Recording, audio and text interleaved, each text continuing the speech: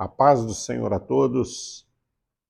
No próximo dia 18, domingo, às 9 horas da manhã, teremos a nossa escola bíblica dominical. E estamos fazendo esse vídeo para professores e todos que gostam de estudar a lição da escola dominical. A lição fala sobre o desenvolvimento da família do Senhor Jesus.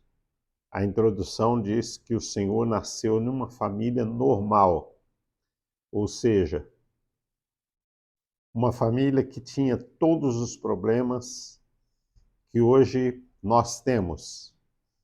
E a palavra de Deus diz que, vindo à plenitude dos tempos, Deus enviou o seu Filho, nascido debaixo da lei, ou seja, debaixo do costume, da cultura, da religião judaica.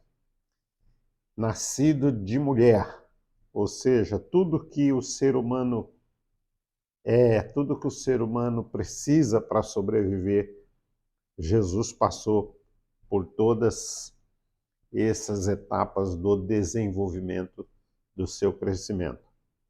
E lá no livro de Mateus, que trata da genealogia real de Jesus, porque Mateus foi escrito para judeus, então ele dá ênfase na genealogia por Abraão, e quando chega bem perto de Jesus, ele coloca ali Jacó como avô de Jesus, ou seja, Jacó, pai de Maria, e Maria gerou a Jesus. Em Lucas, porque Lucas foi escrito aos gregos, apresenta Jesus como homem, a ênfase é na genealogia que começa em Adão, que a palavra Adão significa homem, e quando chega pertinho de Jesus, ele coloca avô de Jesus como Eli. Parece uma contradição, mas não é. Que, na verdade, a mulher, ela não entrava na genealogia como tronco, mas ela entrava como uma referência, ela podia entrar. Por quê? O judeu só era judeu se a mãe fosse judia. Daí porque Mateus foi escrito aos judeus, ele coloca lá, gerou a José, e Maria, sua mãe. Na verdade, em Mateus, Jacó é avô de Jesus na qualidade de pai de Maria, porque Maria também é descendente da descendência real de Davi e de Abraão. E lá em Lucas, Eli é o pai de José. E José é o pai adotivo de Jesus, mas é o pai legal. Então a genealogia de Lucas é a genealogia legal e Mateus é a genealogia real de Jesus. Então o desenvolvimento de Jesus, segundo a lição, no primeiro tópico, falando sobre seus pais, seus irmãos, ele é da descendência de Davi, de Jessé. A Bíblia diz que durante a sua infância foi uma infância normal e uma infância que não aparece muitas histórias, só com exceção dos 12 anos, que ele aparece no templo, e depois só vai aparecer a história da vida de Jesus a partir dos 29 anos e meio, que é quando ele inicia o seu ministério. Porém, lá em Isaías, diz que ele foi subindo como raiz de uma terra seca. Não tinha parecer nem formosura, e nenhuma beleza ouvíamos para que o desejássemos. Então até os seus irmãos não perceberam que algo especial havia em Jesus. Maria guardava isso no seu coração, porque o anjo tinha dito para ela: não temas em receber o seu marido, porque o que está gerado em ti foi por obra e graça do Espírito Santo. Então Maria sabia que o seu filho era o próprio Deus e que no momento certo ele iniciaria o seu ministério com poder com unção do Espírito Santo e com autoridade. Mas, a princípio, a sua infância é a infância de um desenvolvimento normal de criança, como nós sabemos que na escola as crianças estudam conforme a fase do desenvolvimento. De 0 a 2 anos, o que chama a atenção da criança é o barulho, é o chocalho.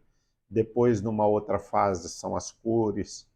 Depois, numa outra fase, é aquilo que se ouve, aquilo que se fala.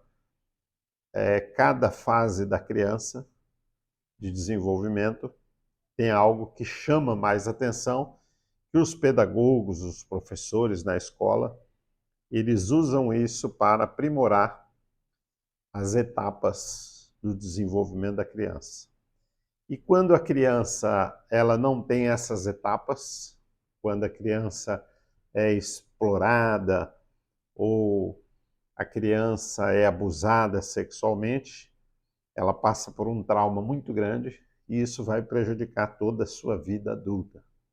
Por isso, nós pais, avós, né, temos que ter muita sabedoria para criar nossos filhos no temor do Senhor.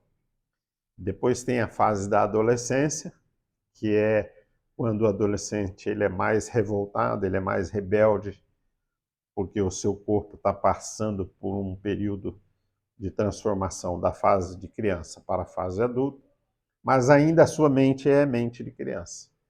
Por isso o adolescente às vezes se revolta contra o mundo. Aqui no caso parece que com 12 anos ele faz uma arte, né? Porque ele desaparece no tempo. E os seus pais chamam a atenção dele, mas ele diz que estava cuidando das coisas do seu pai. Ele estava debatendo com os doutores no templo, diz a palavra de Deus. Então, Maria, ela não teme a promessa, ela se alegra com a promessa.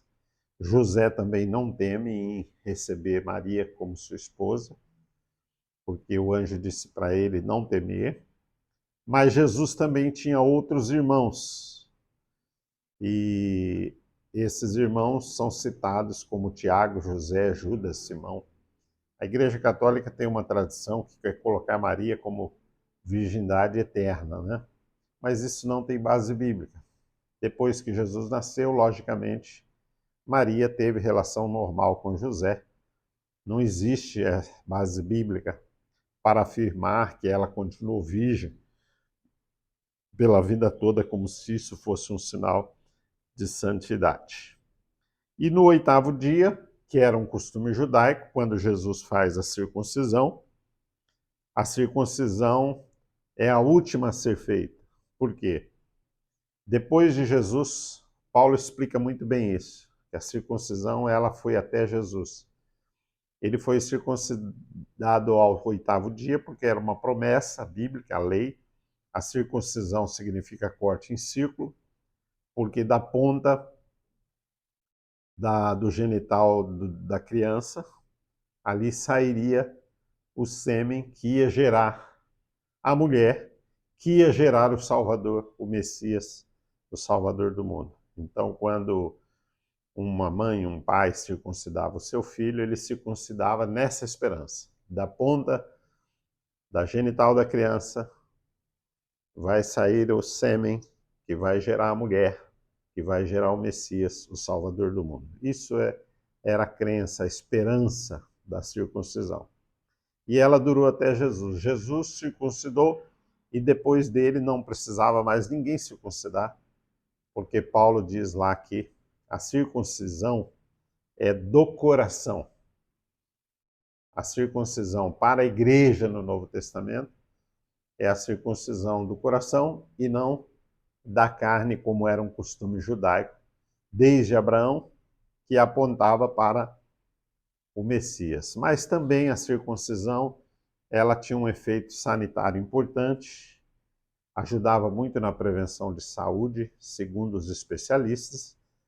Então, no 8º dia, como sendo ele judeu, ele cumpriu essa lei e recebeu o nome de Jesus, que em hebraico é Yeshua, Salvador. E a palavra Yah é Deus, né? Deus é Salvador. Yeshua, Deus é Salvador. E 33 dias depois, segundo o costume da lei, depois da purificação da sua mãe, porque durante esses 33 dias, a mãe, ela tem aquele sangramento, né? Igual à menstruação, e isso, durante 33 dias, ela não podia vir ao templo apresentar o seu filho. Terminando aqueles 33 dias do fluxo da mulher, e mais 8 dias, então aí nós temos 41 dias, né? 40 dias ou 41 dias de nascimento foi quando a sua mãe levou Jesus para o templo, para ser apresentado. Ele não foi batizado aos 40 dias, mas ele foi apresentado no templo. Simeão estava ali à porta do templo todos os dias, como um vigia, como um guarda, como perseverando sempre no templo. E o Espírito Santo falou para ele: você não vai morrer enquanto não abraçar o Salvador do mundo. Então Simeão abraça o Senhor Jesus e faz uma oração. Agora, Senhor, despede o teu servo em paz, porque meus olhos viram a tua salvação. Luz para abençoar o teu povo e luz para salvar os gentios. Então ele fez uma oração ali de gratidão, porque cumpriu a promessa na vida dele, que não se cumpriu nem na vida dos profetas. Nem Abraão, nem Davi, nem Sansão, nem Moisés, nem Isaías, os patriarcas, os profetas, não tiveram o privilégio que Simeão teve em pegar a criança nos braços e apresentar o próprio Salvador do mundo. Então, é no 40º dia que Jesus é apresentado no templo. E aqui o tópico fala sobre um filho especial, claro, porque para sua mãe ela sabia que ele era especial, porque tinha uma promessa, mas enquanto ele era criança, ele era adolescente, a Bíblia não conta história que ele fez algum milagre. Existem livros pseudepígrafos que falam que Jesus, quando era criança, fez muitos milagres, mas Isaías diz que não, que ele foi como raiz de uma terra seca, não tinha parecer nem formosura, tanto que João Batista, ele fala: eu não sabia que o meu primo era o próprio Deus. Conheci ele quando era criança, quando era adolescente, quando era jovem, e eu não sabia, estou sabendo agora. O Espírito Santo falou que quando ele descesse em forma de uma pomba, esse é o Cordeiro de Deus que tira o pecado do mundo. E só agora que eu estou sabendo, eu estou admirado, né, por saber que o meu primo é o próprio Deus. E os seus irmãos também, da mesma forma, eles não viam aparência, pose em Jesus. Tanto que eles denunciam Jesus, eles querem prender Jesus, pensando que Jesus está ficando meio doido, maluco da cabeça. Porque não foi durante o seu período de infância e de adolescência demonstrado nenhuma atitude que o colocasse ele acima dos outros. Esse período é um período normal da sua vida, de infância. Ele só começa a destacar aos 29 anos e 6 meses, quando o Espírito Santo desce em forma de uma pomba, e a partir daí que ele se destaca como pregador. Ele foi o maior pregador, porque ele pregava ensinando a Bíblia, né? E ele foi o maior pregador, porque ele era o exemplo. Ele disse: aprendei de mim, que sou manso e humilde de coração, e eu sou o modelo de conduta. Então, o ministério de Jesus se destaca por ele ser um exemplo de humildade, de desprendimento para fazer a obra de Deus. E durante esse período que ele é jovem, ele é criança, ele é adolescente, ele é um jovem, não temos aí na Bíblia nenhuma história da sua infância, com exceção do dia que ele aparece no templo com 12 anos. E no costume judaico, a criança até 12 anos era proibida de participar dos rituais. E com 12 anos ele fazia um ritual que chamava Bar Mitzvah, que é filho do mandamento ou filho da lei, e a partir daí ele começava a participar da cerimônia. Por isso que os discípulos proíbem as crianças de aproximar de Jesus. E Jesus disse, não, deixa as crianças vir a mim, porque deles é o reino de Deus. Era um costume judaico. A criança não podia participar de ritual judaico, só depois dessa cerimônia de 12 anos. E é nessa cerimônia de 12 anos que ele se destaca como um grande debatedor de conhecimento bíblico, que chega a assustar os rabinos. Apenas esse evento e nenhum outro, que ele fez alguma cura quando era jovem, fez um milagre, a Bíblia não conta. Só começa a contar.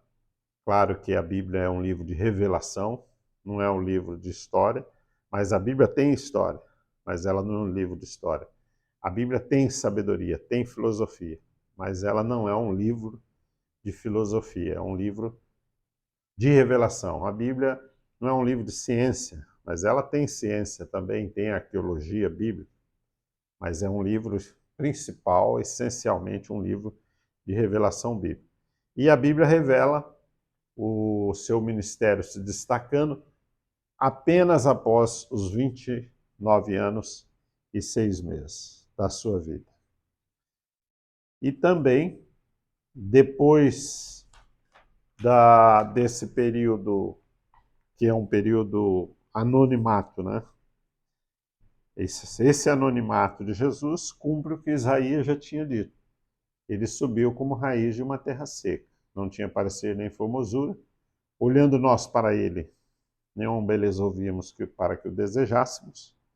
Isso prova a fala de João Batista, a fala dos seus irmãos e a fala dos judeus. Pode vir coisa boa de Nazaré? Belém é o quê? Uma cidade só tem uma rua. Como pode alguém nascer em uma cidade que só tem uma rua? E agora estão falando que ele é o rei, que ele é o profeta, que ele é o Senhor. Então, o ministério de Jesus é iniciado já na sua juventude. Isaías fala também da sua aparência. Não tinha parecer nem formosura. Quanto parecer, é lógico que não existia judeu loiro. No período bíblico, os judeus eram bem morenos, né? E quase negros. A maioria era bem moreno, moreno escuro, tipo os indianos, os paquistaneses. E tinha uma tribo judaica que era completamente composta por... A maioria era negro. Então não existe o Jesus loiro. O Jesus loiro foi inventado pela Igreja Católica para fortalecer a discriminação racial, fortalecer o racismo, a escravidão. Então a Igreja medieval pintou o Jesus loiro, né? Que perseguiu negros, escravidou negros, pregou, os protestantes pregaram segregação nos Estados Unidos. Aqui no Brasil, os católicos pregaram a escravidão por muito tempo.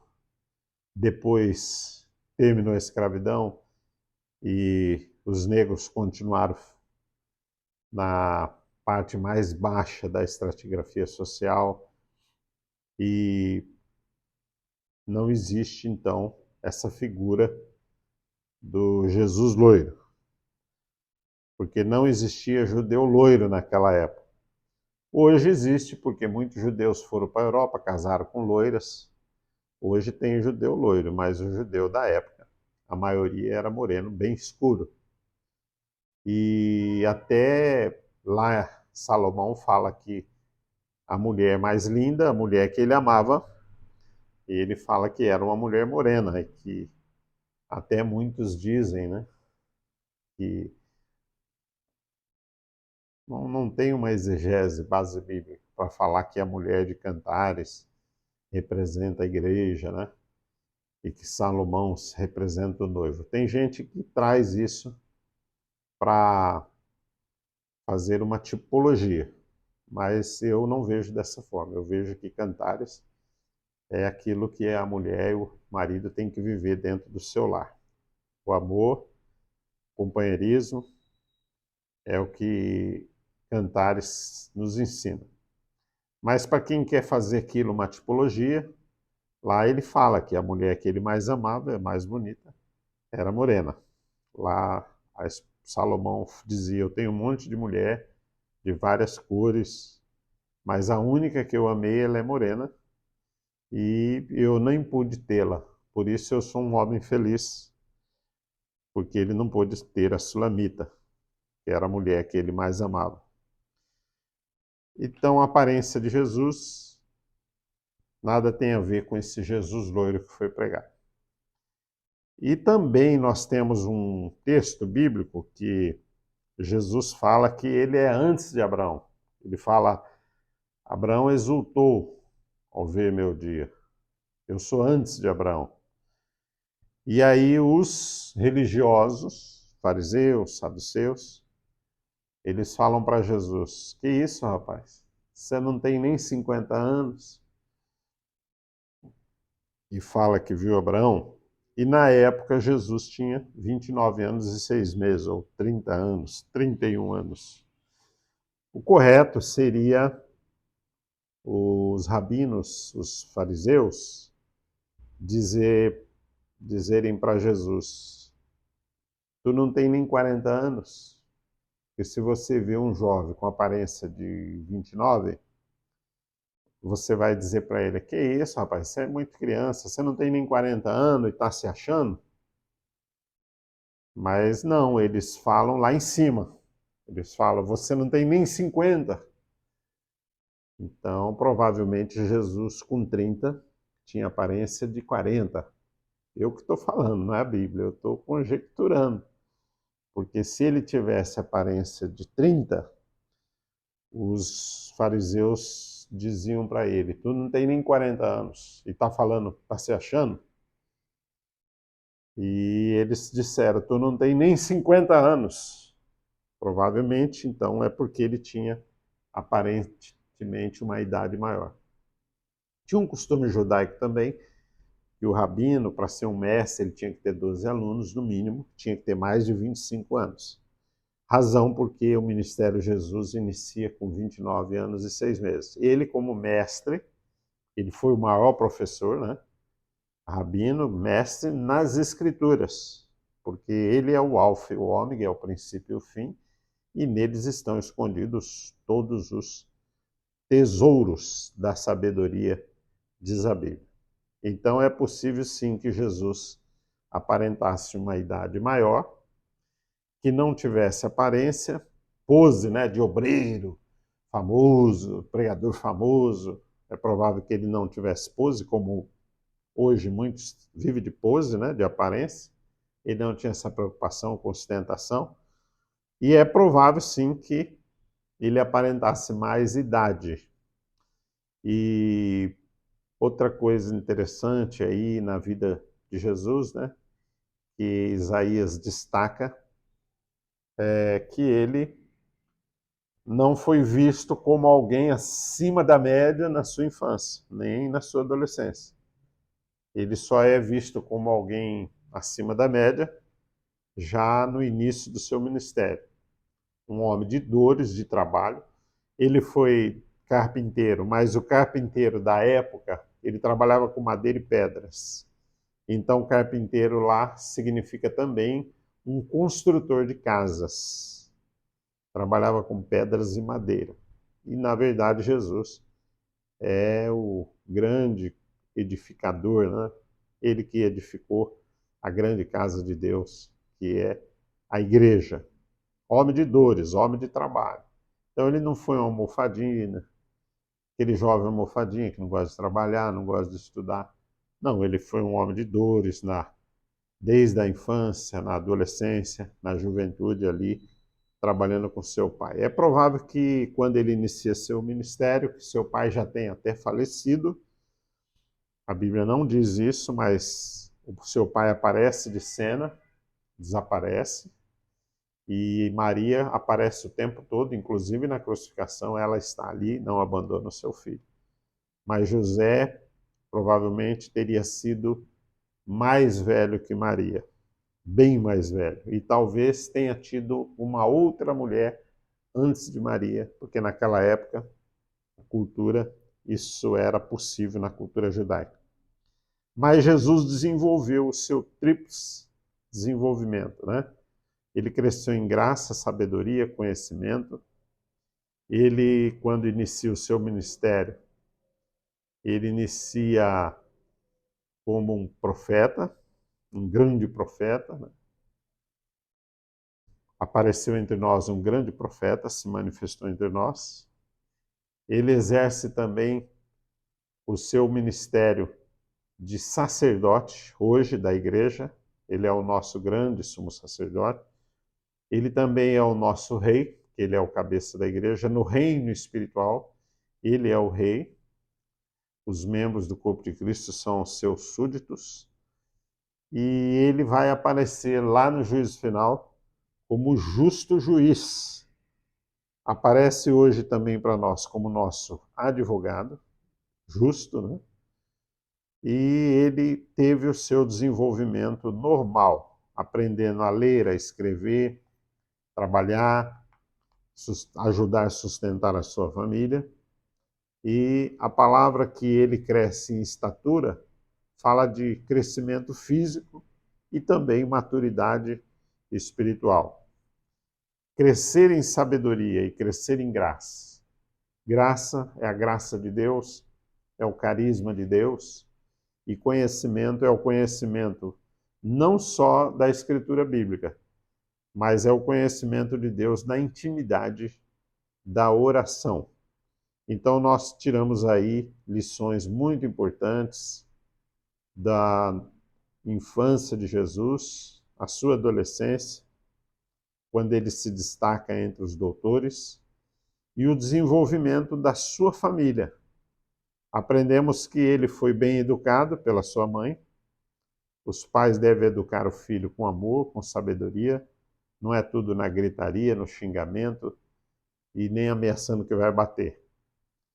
Mas se você dá atenção para o seu filho, cria, conversa, está sempre junto, é parceiro, é amigo, leva ele para passear, leva ele para brincar, ensina ele a fazer o dever, ele não vai ser um filho tão desobediente. Agora, quando o pai é omisso, não dá atenção para o filho vai fazer arte para chamar a atenção do pai.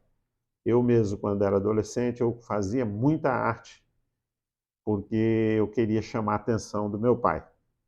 Então as crianças fazem artes porque o pai está sempre ocupado. Ah, agora estou lendo jornal, agora estou na internet, agora eu estou assistindo jogo. Fala com a tua mãe, porque agora teu pai está ocupado. Nunca dá atenção para os filhos. Aí o filho fica desobediente e rebelde e depois o pai vai querer castigar. Com chinelo, com sapato, com cinta. Mas esse deve ser o último recurso. A Bíblia não manda você, isso não é mandamento. A Bíblia não manda bater no filho. Lá nos escritos no Antigo Testamento, está escrito que uma criança muito rebelde, você pode até castigá-lo com vara, mas lá não está no imperativo, dizendo que você tem que bater. Diz assim, você vai castigar o seu filho com uma vara e vai livrar a sua alma do inferno. E ali é uma recomendação, não é um mandamento bíblico. Você tem que bater no filho. Você tem que bater na medida que você não dá atenção. Você não cria o seu filho com amor. Mas na medida que você cria com amor, com educação, ele vai ser uma criança feliz e abençoada. Com quanto mais amor se cria um filho, melhor ele vai ter o seu desenvolvimento e a sua capacidade na vida adulta de ter um desenvolvimento melhor. Falamos aí da aparência e vamos já concluir, dizendo que a família de Jesus é um exemplo para todos nós, porque os seus irmãos depois reconheceram que Jesus era realmente o Filho de Deus, os seus irmãos se converteram, mesmo aqueles que queriam prendê-lo quando ele inicia o seu ministério. Tiago, um dos seus irmãos, se torna depois um dos líderes na igreja primitiva. Então, a respeito dos pais, nós aprendemos que a ponderação, o equilíbrio, a conversa com os filhos, a atenção, o respeito, o exemplo, o ensino da obediência da palavra de Deus, todos esses ingredientes é que vai fazer com que nós tenhamos uma família saudável, sadia. Hoje, os pais entregam o tablet, o celular para se livrar das crianças, né? Vou dar o tablet para ele parar de fazer arte. Mas esse tablet aí tem que ter um limite. Se não tiver limite, essas crianças no futuro serão muito infelizes, porque está provado que ficar muito tempo no tablet pode trazer problemas aí de ansiedade, levar até o suicídio. Então os pais hoje têm um desafio muito grande: controlar o tempo da internet dos seus filhos. Que a nossa família seja um ambiente propício, um lugar de paz, de amor, de serenidade e de desenvolvimento espiritual e emocional para os nossos filhos. Amém.